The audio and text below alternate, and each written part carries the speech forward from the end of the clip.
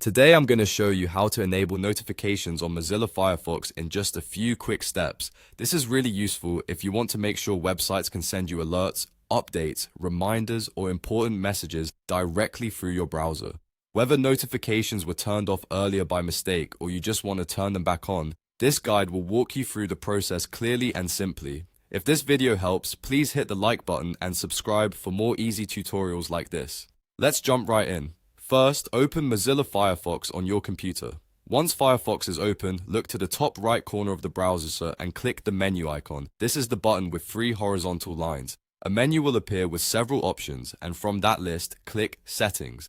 This will take you into the main Firefox settings page, where you can manage browser preferences, privacy options, and site permissions. On the settings page, look for the Permissions and Data section. This is where Firefox lets you control different types of access, including notifications. If notifications were disabled earlier, this is the place where you can turn them back on. Find the notification option and enable it. Make sure the setting is switched on so websites are allowed to request or send notifications again. If you previously blocked notifications for certain sites, you may also need to review those permissions here and update them as needed. After you've enabled the setting, click Save Changes to make sure everything is applied properly.